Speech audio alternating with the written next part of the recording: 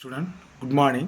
இன்றைக்கி நாம் என்ன பார்க்க போகிறோம் அப்படின்னா 12th standard physics public 2024 to 25 important question 5 mark 3 mark 2 mark.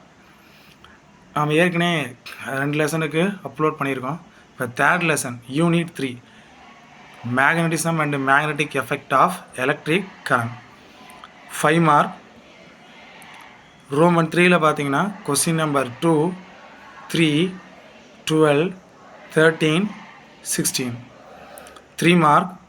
Roman 2ல் பார்த்தீங்கன்னா 4 6 8 9 18 20.